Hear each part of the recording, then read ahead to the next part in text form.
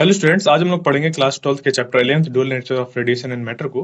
तो देखिए, इसके पहले हम लोग ने पढ़ा था वेव ऑप्टिक्स।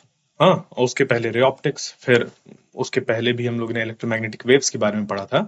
यानी कि अगर हम लोग शुरुआत से देखें, जो पढ़ते हुए आ रहे हैं, हम लोग ने ये पढ़ा था कि कैसे जो लाइट है वो हमारी इलेक्ट्रोमैग्नेटिक वेव है। यहां तक हम लोग ने मतलब जानकारी हासिल करी कि कैसे जो हमारी लाइट है वो उसको इलेक्ट्रोमैग्नेटिक वेव की तरह ट्रीट किया जा सकता है, और वो एक्चुअली में है, इलेक्ट्रोमैग्नेटिक वेव है। यानी कि जो इलेक्ट्रिक फील्ड है और मैग्नेटिक फील्ड है वो परपेंडिकुलर डायरेक्शन पर ऑसिलेट करते हैं to the direction of propagation. तो जब हम लोग ने ये चीज देखी कि जो लाइट है वो वेव नेचर है उसका, तो साथ ही में कुछ फिनोमेना ऐसे भी थे जहां पर कि ये पता चला कि जो लाइट है हमारी, वहां पर अगर उसको मानते हैं कि वेव है, तो कुछ फेनोमेना थे उनको एक्सप्लेन नहीं किया जा सकता था। उनमें से एक फेनोमेना था फोटो इलेक्ट्रिक इफेक्ट, जिसको कि हम इस चैप्टर में पढ़ने वाले हैं। यानी कि जैसे कि हम लोग ने इंटरफ्रेंस देखा, पोलराइजेशन देखा, डिफ्रैक्शन देखा, ये सारे वेव ऑप्टिक्स में ये सारे हम लोग ने जो फेनोमेना थे वो देखे थे। तो इन सबको एक्सप्लेन किया जा सकता है लाइट को वेव मानकर ही। ठीक है, लाइट को जब आप वेव मानेंगे तभी इनको एक्सप्लेन किया जा सकता है। तो ये चीज हो गई, या फिर हाइगन्स वेव थ्योरी हो गई, उससे स्नेल्स लॉ का निकल कर आना, ये सब एक तरीके से कह लीजिए, या फिर डबल स्लिट एक्सपेरिमेंट जो था, ये सब एक तरीके से पूरा उस पे एविडेंस की तरह वर्क कर रहा था कि जो लाइट है वो हमारी कैसी है। लाइट हमारी कैसी है? एक इलेक्ट्रोमैग्नेटिक वेव है। क्या है? इलेक्ट्रोमैग्नेटिक वेव है। ये चीज हमें पता चल रही थी। अब हुआ क्या कि जब बात आई फोटो इलेक्ट्रिक इफेक्ट को एक्सप्लेन करने के लिए, तो वहां पर पता चला कि अगर हम लाइट को मानते हैं एज अ वेव, तो फोटो इलेक्ट्रिक इफेक्ट तो फिर लगभग इम्पॉसिबल सा हो जाता है। या फिर जो भी हम लोग एक्सपेरिमेंटल रिजल्ट्स देख रहे हैं फोटो इलेक्ट्रिक के ऊपर, वैसे कैसे हो जाते हैं एकदम, हमारे उस वेव थ्योरी को मानकर एक्सप्लेन करना बहुत मुश्किल हो जाता है। तो आखिर ये फोटो इलेक्ट्रिक इफेक्ट है क्या, या फोटो इलेक्ट्रिक एमिशन जो होता है वो आखिर है क्या, इसी को ही इस चैप्टर में पढ़ेंगे। और ये जानेंगे कि जो वेव हमारी लाइट वेव होती है वो उसके दो नेचर होते हैं। यानी कि लाइट वेव से बढ़कर अगर हम लोग और एक ब्रॉड पिक्चर देखें तो वो हो जाएगा रेडिएशन का, कि जो रेडिएशन होता है हमारा वो कैसा होता है, ड्यूअल नेचर का होता है। यानी कि कभी वो वेव की तरह बिहेव करता है और कभी वो पार्टिकल की तरह बिहेव करता है। वो डिपेंड करता है कि वो किस चीज के साथ इंटरेक्ट कर रहा है। ठीक है, तो इस पूरे चैप्टर में हमें यही ड्यूअल नेचर ऑफ रेडिएशन के बारे में डिस्कस करना है, और साथ ही में ड्यूअल नेचर ऑफ मैटर पर भी बात करनी है। किस पे? Dual nature of matter. तो ये जो चैप्टर है हमारा वो है dual nature of radiation and matter. Radiation यानी कि जैसे लाइट वेव है, वो एक तरीके का रेडिएशन ही है, हमारे जो इलेक्ट्रोमैग्नेटिक स्पेक्ट्रम था उसका एक हिस्सा ही है। और मैटर जैसे कि इलेक्ट्रॉन या हम या कुछ भी जो आप अपने चारों तरफ देख रहे हैं, वो सब मैटर की कैटेगरी में आएगा। अगर वो उसने कुछ स्पेस और कुछ एक तरीके से कह लीजिए कि उसने कुछ वॉल्यूम घेर रखा है, मास है उसके पास, मतलब स्पेस घेर रखा है, यानी कि वॉल्यूम होगा और मास होगा उसके पास, तो वो मैटर है। ये डिफिनेशन आप लोग पढ़ते हुए आते हैं बचपन से, हाँ है ना? तो अगर ऐसा होता है तो हम ये मानते हैं कि मैटर एक पार्टिकल है। जैसे पार्टिकल है, अगर बात करें हम लोग, पार्टिकल जो है तो वो वेव नेचर शो नहीं करता है। जबकि इस चैप्टर को जब हम लोग पढ़ते पढ़ते इसके एंड में पहुंचेंगे तो वहां पर पता चलेगा कि ऐसा नहीं है। मैटर भी यानी कि पार्टिकल भी वेव नेचर एग्जिबिट करता है। यानी कि उस पर जो हम चारों तरफ अपने पार्टिकल्स देख रहे हैं, अगर उनको मूव कराया जाए तो उनमें भी वेव नेचर होता है। हाँ, वो बात अलग है कि उस वेव नेचर को हम लोग ऑब्जर्व नहीं कर पाते। यानी कि अगर कोई एक इंसान मूव कर रहा है तो उस पे जो वेव एसोसिएटेड है उसको हम लोग नहीं देख पाते। यानी कि उसी उसी आदमी की जो वेव है, अब छोटे छोटे पार्टिकल्स के टर्म्स को देखें हम लोग, तो वो सब हम लोग ऑब्जर्व नहीं कर पाते हैं, क्योंकि वहां पर जो वेवलेंथ होती है वो हमारे ऑब्जर्वेबल डोमेन से बाहर होती है। इस कारण से हम ये नहीं देख पाते नॉर्मल सिचुएशंस पे कि एक कोई जो पार्टिकल है वो अगर मूव कर रहा है, मान लीजिए मैंने कोई बॉल फेंकी या कोई मार्बल है उसको फेंका, तो उस पे क्या होगा, एक वेव नेचर होगा, ये हमारे लिए मानना बहुत मुश्किल हो जाता है। ठीक है, तो आइए अब बढ़ते हैं और इस चैप्टर को अपने स्टार्ट करते हैं कि इस चैप्टर में हम लोग को क्या क्या पढ़ना है। मैंने आपको अभी एक इंट्रोडक्शन दिया, इस हिसाब से एक कनेक्शन एस्टेब्लिश किया जो अभी तक आप लोग पढ़ कर आए हैं और अब जो पढ़ने वाले हैं उसके बीच में। ठीक है, तो in the late 19th century experiments on electric discharge through gases at low pressure led to the significant discoveries. 19वीं सदी यानी कि 1800 से लेकर 1899, ठीक है, 1800 से लेकर 1899, तो उसमें इतने ढेर सारे एक्सपेरिमेंट्स हुए, इतनी चीजें हुई कि वहां पर बहुत ही एक कह लीजिए कि बहुत ही नए तरीके से हमें चीजें देखने को मिली। जो एक 19th सेंचुरी हमारी, उसको गोल्डन पीरियड भी कहा जाता है क्योंकि वहां पर बहुत ढेर सारे जो डिस्कवरीज थी, जो बहुत ढेर सारे इन्वेंशंस थे वो हुए हैं। तो लेट 19th सेंचुरी यानी कि जब 19th सेंचुरी खत्म होने वाली थी उस समय की बात है। तो देखो, डिस्कवरी ऑफ कैथोड रेज, यानी कि अगर कैथोड रेज की बात करी जाए तो विलियम क्रूक्स ने ये डिस्कवर किया था 1870s में कैथोड रेज को, जो कि क्या होता है, fast moving negatively charged particles थे जो कि एक डिस्चार्ज ट्यूब के कैथोड से निकल रहे थे। डिस्चार्ज ट्यूब यानी कि एक वैक्यूम ट्यूब होती है जिसपे कि एक टर्मिनल होता है इस तरफ, एक टर्मिनल होता है इस तरफ, हाई वोल्टेज बैटरी से कनेक्टेड होते हैं वो, और यहाँ पर एक ट्यूब के अंदर ये सारी चीजें बंद होती हैं, और वो जो हमारा एक ये जो ट्यूब होता है सिलेंड्रिकल ट्यूब, उस पे लो प्रेशर में गैसेस होती हैं जिसके कारण से यहां पर हमें डिस्चार्ज देखने को मिलता है। ठीक है, तो ये जो डिस्चार्ज था ये क्या था, ठीक है, ये चीज क्या थी। तो देखो, ये चीज क्या थी, ये क्या है, मतलब इसको जे थॉमसन ने क्या किया, एक्सप्लेन किया कि ये जो है कैथोड रेज, ये निगेटिवली चार्ज पार्टिकल है, इनमें इलेक्ट्रॉन्स, और इन्होंने इनकी स्पीड और स्पेसिफिक चार्ज को मेजर किया।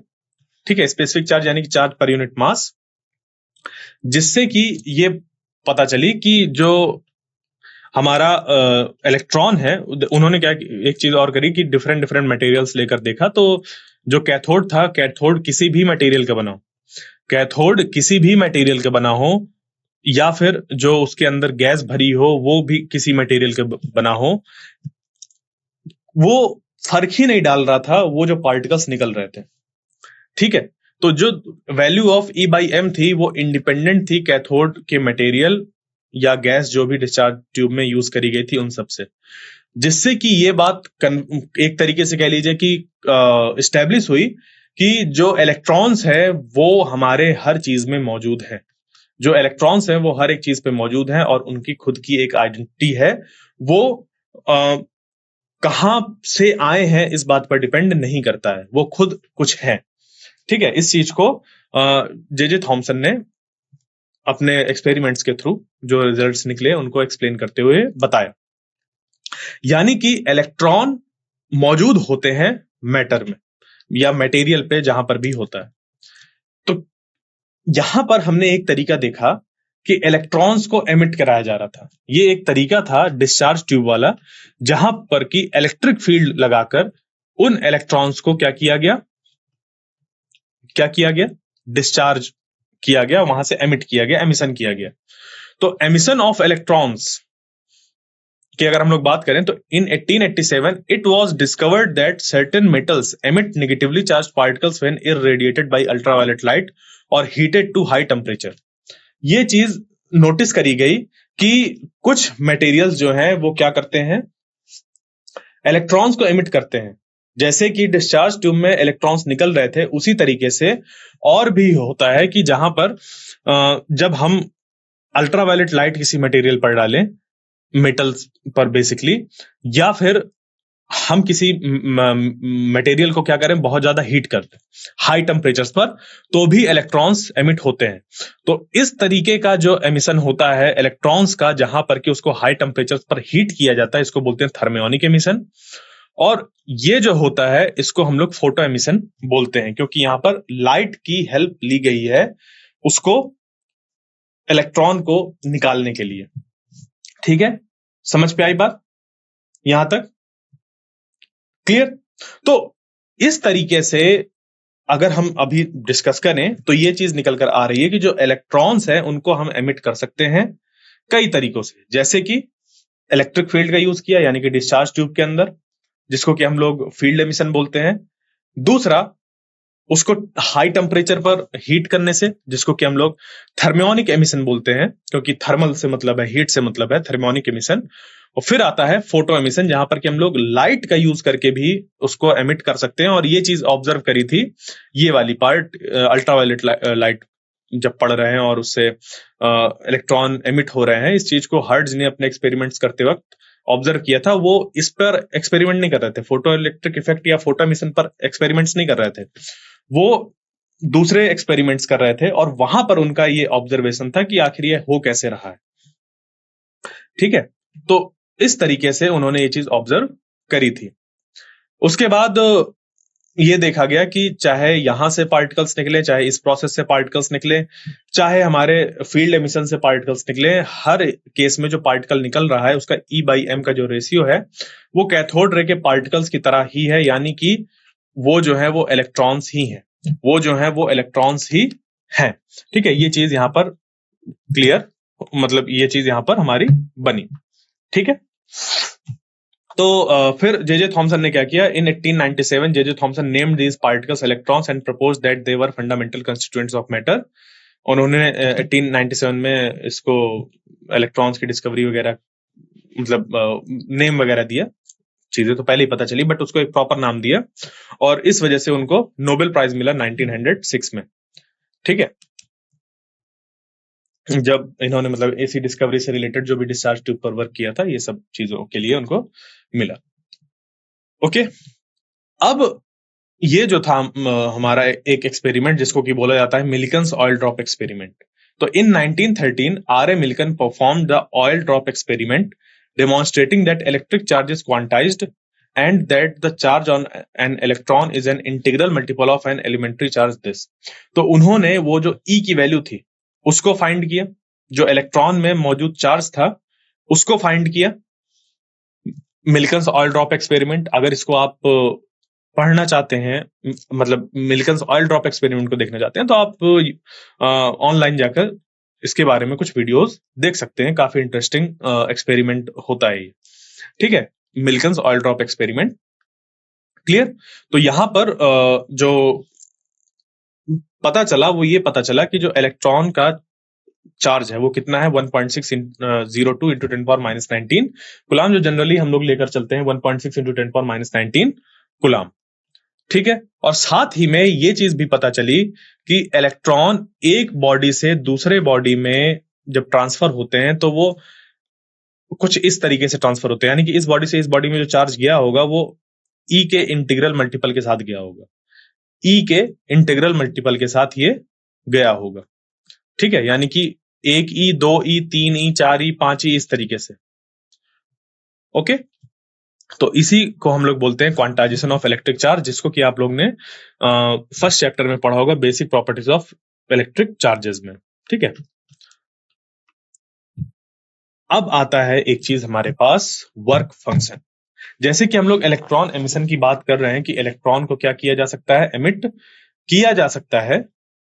ठीक है, इलेक्ट्रॉन को एमिट किया जा सकता है किसी मेटल की सरफेस से, अगर हम लोग चाहें तो उसको एमिट कर सकते हैं। एक्चुअली मेटल से एमिट करना बहुत आसान होता है एज कंपेयर टू किसी और मटेरियल के। ठीक है, बाकी फिर और सेमीकंडक्टर मटेरियल्स वगैरह आते हैं, वहां पर अलग तरीके से अलग तरीके से इलेक्ट्रॉन्स को एमिट किया जाता है, वो चीज डिफरेंट चीज है। बट अगर एक हम सिंपल एक मेटल ले लें या कोई दूसरा मटेरियल ले लें तो उस पे मेटल्स पर इलेक्ट्रॉन को एमिट करना बहुत आसान होता है। क्यों? क्योंकि कोई भी मटेरियल हो, वहां जो इलेक्ट्रॉन मौजूद है वो किसी एनर्जी के साथ बंधा होता है, तो वो मिनिमम एनर्जी जो रिक्वायर्ड होती है किसी सरफेस से इलेक्ट्रॉन को निकालने के लिए, वो कहलाता है उस मटेरियल का वर्क फंक्शन। अब यहां पर हम लोग मेटल्स की ही बात कर रहे हैं, तो the energy required by electron to escape the surface of metal is called work function. यानी कि आप ऐसा सोचिए कि आप और आपके फ्रेंड हैं, ठीक है, कई ढेर सारे फ्रेंड हैं, तो आपके अगर 5 फ्रेंड हैं, तो उन 5 फ्रेंड में से 2-3 फ्रेंड ऐसे होंगे जिनको आपको सिर्फ इतना कहना पड़ता होगा कि चलो। वो ये नहीं पूछेंगे जाना कहाँ है, वो ये नहीं पूछेंगे कहाँ जाना है, कहेंगे ठीक है चलो। तो उनका वर्क फंक्शन क्या है, बहुत कम है। यानी कि मान लीजिए कि ये वाला जो आपका फ्रेंड है, आपने इससे कहा कि चलो, बस मतलब ऐसे इशारा ऐसे कर दिया चलो, तो उठ के ये चल दिया, कहाँ जा रहे हैं कोई मतलब नहीं। दूसरे वाले से कहा कि चलो, तो ये कहेगा कहाँ जाना है, तो आपने कहा यहाँ, कहे चलो चलो चलो, चल दिया ये भी। तीसरा फ्रेंड, इससे आपने कहा चलो चलना है, तो क्या कहाँ, आप कहेंगे यहाँ, कहेंगे यहाँ नहीं जाना, यहाँ चलते हैं, तो आप कहेंगे यहाँ नहीं यहाँ, फिर कहेंगे नहीं यहाँ नहीं यहाँ, तो आपको थोड़ा मेहनत करना पड़ेगा, और मेहनत के बाद ये मान जाएगा अच्छा यहाँ चलना है, चलो फिर चलते हैं, चले जाएंगे। फिर इस फ्रेंड पर पहुंचे आप, इससे आपने कहा चलो, इसने कहा कहाँ जाना है, आपने कहा यहाँ, इसने कहा नहीं, यहाँ जाना सही नहीं रहेगा, ऐसा हो जाएगा, ये हो जाएगा, वो हो जाएगा, खूब ढेर सारे बहाने बताए, ठीक है, जाना नहीं था, बट फिर भी किसी तरीके से आपने इसको क्या किया, मना लिया चलने के लिए, बहुत मिन्नतें करके कि चलो। अब फिर आए ये फ्रेंड, इनसे आपने कहा कि चलिए चलना है, तो ये बोले ठीक है चलते हैं, पर ना पापा नहीं मानेंगे, एक काम करता हूं, पापा से पूछ लेता हूं, एक काम करता हूं, ये कर लेता हूं, ठीक है। तो इस तरीके से एक लंबी सी लिस्ट होगी, जिन सबको करने के बाद फिर हो सकता है वो भी कैंसिल हो जाता है, ठीक है। यानी कि इनका जो वर्क फंक्शन है वो बहुत ज्यादा है, इनका वर्क फंक्शन बहुत कम है। किसी जगह पर ये जो मौजूद हैं, वहां से इनको निकालना, इनकी अगर बात करें, बहुत आसान है, और इनको निकालना बहुत डिफिकल्ट है। तो वर्क फंक्शन इनका ज्यादा है एज कंपेयर टू दिस। तो ऐसा ही कुछ है इलेक्ट्रॉन्स के लिए, कि जब किसी मेटल में मौजूद इलेक्ट्रॉन को निकालने के लिए मिनिमम एनर्जी जो लगती है, जैसे यहां पर 1 वाले को मिनिमम एनर्जी जो लग रही थी, तो इन 5 दोस्तों में से 1 2 3 4 5, ये जो 5 दोस्त हैं, अगर इनको एक साथ देखा जाए, इनको एक साथ देखा जाए, तो जो वर्क फंक्शन डिफाइन होगा वो इसके अकॉर्डिंग डिफाइन होगा, कि यहां पर हमें एक दोस्त चाहिए था ले जाने के लिए कहीं पर, तो हमने कहा चलो, उनमें से इन 5 में से ये उठ के चल दिया, ठीक है। अगर ये पांचों एक साथ बैठे होते, अगर ये पांचों एक साथ बैठे होते, तो आप क्या करते, अगर इस ओवरऑल मेटल की बात की जाए, अब एक एक इलेक्ट्रॉन को छोड़ दें अगर हम लोग, और इस मेटल की पूरी बात करें, तो इस पूरे मेटल पर अब ये 5 है, 5 चीजें हैं। आपने यहां पर थोड़ा सा पुश डाला कि चलो, और ये भाई साहब निकल के चल दिए, तो क्या हुआ, ये वर्क फंक्शन हो गया। ये क्या हो गया, वर्क फंक्शन हो गया, यानी कि मिनिमम एनर्जी रिक्वायर्ड, जिससे कि ये जो इलेक्ट्रॉन है वो मेटल से एस्केप कर जाए, तो ये हो गया वर्क फंक्शन। अब इसको अगर हम लोग टेक्निकल टर्म्स फिर मतलब यहां पर अपने देखें, तो ये हो जाएगा energy required by electron to escape the surface of metal is called work function. Metal के सरफेस को एस्केप करने के लिए जो मिनिमम एनर्जी चाहिए होती है, मिनिमम, मैक्सिमम की बात ही नहीं है, मिनिमम, मैक्सिमम तो कुछ भी हो सकता है, कुछ भी मतलब कि काफी अमाउंट में हो सकती है, बट मिनिमम जो हमें चाहिए, कम से कम इतनी तो चाहिए, कम से कम उतना तो बोलना ही पड़ेगा कि चलो, इतना तो बोलना ही पड़ेगा, ठीक है। ऐसा नहीं कि आप कमरे में घुसे और आपने कुछ बोला ही नहीं, उसने कहा ठीक है चल दिया, वो ऐसा तो होता नहीं है। तो कुछ तो आपको बोलना पड़ेगा कि चलो, तो वो जो मिनिमम आपने वर्क किया, चलो, वही क्या हो गया, उसका वर्क फंक्शन हो गया। तो इसी तरीके से यहां पर जो मिनिमम एनर्जी दी जाती है, क्योंकि इलेक्ट्रॉन्स जो होते हैं मेटल के साथ क्या होते हैं, बाउंडेड होते हैं। अब बहुत ढेर सारे इलेक्ट्रॉन्स होते हैं, यहां पर इलेक्ट्रॉन्स डिफरेंट डिफरेंट एनर्जी के साथ बंधे होते हैं, तो इनमें से वो इलेक्ट्रॉन जो सबसे लूजली बाउंड है इस जगह पर, इस मेटल के साथ, उसको आप जब एनर्जी देना मतलब इस पूरे मेटल को एनर्जी देना चालू करेंगे तो ये सबसे पहले निकलकर बाहर आ जाएगा। क्यों? क्योंकि इसका वर्क फंक्शन बहुत कम है, इसकी जो एनर्जी रिक्वायरमेंट है वो बहुत कम है एस्केप करने के लिए। ओके, तो energy required by electron to escape the surface of metal is called the work function. Work function depends on properties of metal and its surface. इसके सरफेस और मेटल की प्रॉपर्टी पर ये चीजें डिपेंड करती हैं। क्लियर? समझ गए? ठीक है, अब इसमें आगे कि हम किस किस तरीके से जो ये इलेक्ट्रॉन का एमिशन है वो कर सकते हैं। ठीक है, कैसे कैसे कर सकते हैं हम लोग यहां पर देखिए, जैसे अभी मैंने बताया था, या तो हम हीट का यूज करें, या तो हम किसका यूज करें, हीट का यूज करें, या इलेक्ट्रिक फील्ड का यूज करें, या लाइट का यूज करें। तीनों ही केस से हम इलेक्ट्रॉन को एमिट कर सकते हैं। बट हाँ, कुछ तो एनर्जी चाहिए होगी, उससे तो एनर्जी किसी तरीके से अगर प्रोवाइड कर दी जाए, यानी कि किसी तरीके से इसका जो वर्क फंक्शन है उसको फुलफिल कर दिया जाए, तो इलेक्ट्रॉन का एमिशन हो जाएगा।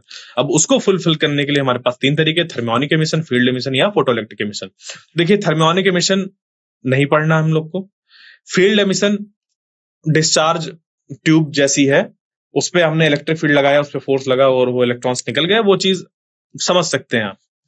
ठीक है, आपने इस तरीके के क्वेश्चंस लगाए जहां पर कि ये बताया गया कि जो हमारा इलेक्ट्रॉन है, अगर उस पर इलेक्ट्रिक फील्ड लगाई जाए तो वो कितना फोर्स लगेगा, किधर मूव करेगा, ये सब चीजें आपने किया है। इस तरह मतलब जो कॉन्सेप्ट यहां पर लग रहे हैं वो आप पढ़ चुके हैं।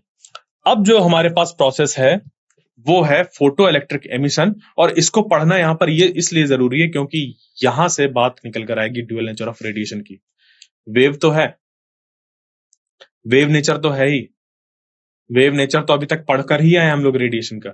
अब इसके पार्टिकल नेचर के बारे में भी बात करेंगे। ठीक है, पार्टिकल नेचर के बारे में भी इसके बात करेंगे। ठीक है, रेडिएशन की पार्टिकल नेचर पे। तो फोटो इलेक्ट्रिक एमिशन में हमें पार्टिकल नेचर लेकर ही चीजों को एक्सप्लेन करना होता है। ओके, तो when light of suitable frequency illuminates a metal surface, तब फोटो इलेक्ट्रिक एमिशन होता है।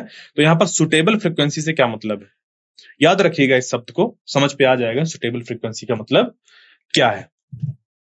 ठीक है, तो जैसे मैंने बताया था कि जो फोटो इलेक्ट्रिक इफेक्ट है, अभी जैसे मैंने आपको एक्सप्लेन किया था, ये फोटो इलेक्ट्रिक इफेक्ट जो है वो हर्ट्ज ने ऑब्जर्व किया था सबसे पहले, जब वो किसी और एक्सपेरिमेंट्स को परफॉर्म कर रहे थे। तो हर्ट्ज की क्या ऑब्जर्वेशन थे? Hertz observed that high voltage sparks across the detector loop were enhanced when the emitter plate was illuminated by ultraviolet light from an arc lamp. एक हमारे पास डिटेक्टर लूप होता है, हमारे पास क्या उनके पास था, यहाँ पर ऐसे दो बॉल्स होती हैं और ऐसा ये जुड़ा होता है सर्किट के साथ पूरा। तो इस पे क्या है कि यहाँ पर उन्होंने देखा कि इस डिटेक्टर लूप के बीच में स्पार्क जनरेट जो हो रहा था वो बढ़ गया। वो बढ़ गया जब एमिटर प्लेट को, इस सर्किट के साथ एक प्लेट जुड़ी होती है, एमिटर प्लेट जुड़ी होती है, वो उस एमिटर प्लेट पर जब लाइट फॉल हुई, वो भी कौन सी, अल्ट्रावायलेट लाइट फॉर्म हुई, तो यहां पर जो ऐसे फॉर्म हो रहे थे स्पार्क, वो बढ़ गए थे, वो बढ़ गए थे, वो क्या हो गए, बढ़ गए। ठीक है, तो वो जो यहां पर बढ़ा, वो जो यहां पर स्पार्क बढ़ा, वो क्यों बढ़ा होगा? उल्टा अगर हम लोग इसको सोचे तो स्पार्क इस वजह से बढ़ा होगा क्योंकि यहां पर जो इलेक्ट्रॉन्स हैं वो बढ़ गए, करंट बढ़ गया होगा। ऑब्वियस सी बात है, करंट बढ़ गया होगा। तो जब ऐसा हुआ होगा तो यहां पर हम ये देख सकते हैं कि जो एमिशन हो रहा है यहां से, इस एमिटर प्लेट से, वो कुछ ऐसे पार्टिकल्स का हो रहा है जिससे यहां पर करंट होता है। अब करंट जो होता है वो हमारे इलेक्ट्रॉन्स की वजह से होता है, यानी कि यहां पर इलेक्ट्रॉन्स बढ़े, यहां पर इलेक्ट्रॉन्स बढ़े, इनके फ्लो बढ़ा।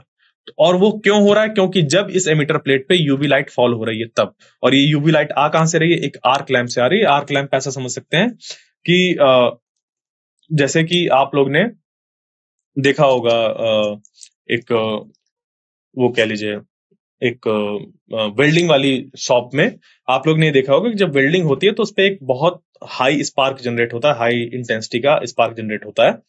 तो उस स्पार्क में यूवी लाइट भी प्रोड्यूस होती है, अल्ट्रावायलेट लाइट भी प्रोड्यूस होती है, और वो क्या करती है कि एक तरीके से वहां पर। अब वो जो मैं बात कर रहा हूं उस स्पार्क की, कुछ वैसा ही स्पार्क जनरेट होता है आर्क लैंप पे।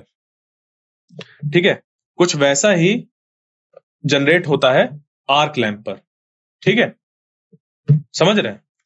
वहां पर ऐसा नहीं होता कि जो मैंने अभी वेल्डिंग वाली बताया तो वो कुछ वैसा होता है, बट जो स्पार्क जनरेट होता है कुछ वैसा ही आर्क लैंप पर जनरेट होता है। ठीक है, क्लियर? तो light shining on the metal surface somehow facilitated. अब इसका मीनिंग ये हुआ कि कुछ तो यहां पर हुआ, कुछ तो यहां पर हुआ जो कि ये जो लाइट चमक रही थी मेटल सरफेस पे, जिसके कारण से यहां पर फ्री हो गए इलेक्ट्रॉन्स, चार्ज पार्टिकल्स जो थे वो निकल गए, जो कि इलेक्ट्रॉन्स थे, जिसके कारण से वहां पर जो स्पार्क था वो बढ़ गया। ठीक है, ये चीज। तो when light falls on the metal surface some electrons near the surface absorbs enough energy from the incident radiation to overcome the attraction of positive ions in the material of the surface. यानी कि वो जो हमारी emitter plate थी उस पे जब light fall हुई तो उस मेटल प्लेट में जो इलेक्ट्रॉन्स मौजूद थे उन्होंने कुछ इतनी एनर्जी गेन कर ली कि वो क्या हुए, उन्होंने सफिशिएंट एनर्जी गेन करने के बाद क्या किया, एक सफिशिएंट एनर्जी गेन करने के बाद वहां से वो एस्केप करे, जिसके कारण से वहां पर डिटेक्टर लूप में हमें स्पार्क देखने को मिला। तो after gaining sufficient energy from the incident light the electrons escape from the surface of the metal into the surrounding space, और इससे वो सराउंडिंग स्पेस पर पहुंच गया। ठीक है, उसके बाद फिर हॉलवर्क्स और लिनार्ड के ऑब्जर्वेशंस थे, एक तो हर्ट्ज ने किया, उसके बाद इनके ऑब्जर्वेशंस क्या थे। Hallwachs and Lenard studied photoelectric emission in details during 1886 to 1902। इन्होंने, अब देखो हर्ट्ज ने एक बार अपने लेबोरेटरी में उस चीज को ऑब्जर्व करी कि लाइट के पड़ने की वजह से वहां पर जो स्पार्क है वो बढ़ रहा है, तो कुछ तो हो रहा होगा जिसकी वजह से वहां पर नंबर बढ़ रहे हैं। तो उसी को अच्छे तरीके से पढ़ने के लिए, एक कह लीजिए डिटेल स्टडी करने के लिए, हॉलवर्क और लेनार्ड ने इस पे स्टडी करी 1886 से लेकर 1902 तक।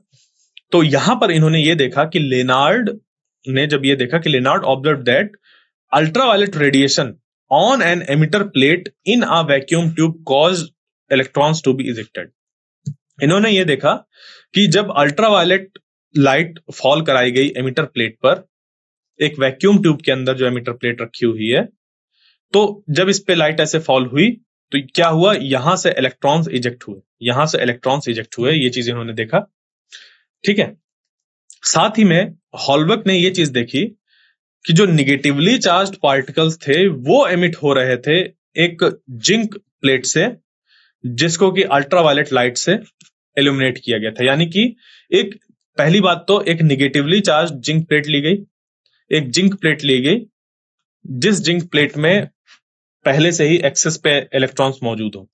फिर इस पे जब अल्ट्रावायलेट लाइट डाली गई तो हुआ क्या कि यहां से इलेक्ट्रॉन्स निकले, तो इनके मतलब इलेक्ट्रॉन्स निकले या नहीं निकले वो हमें नहीं दिखाई दिया, बट ये चीज थी कि ये जो प्लेट थी जो पहले निगेटिवली चार्ज थी, अब वो न्यूट्रल हो गई थी।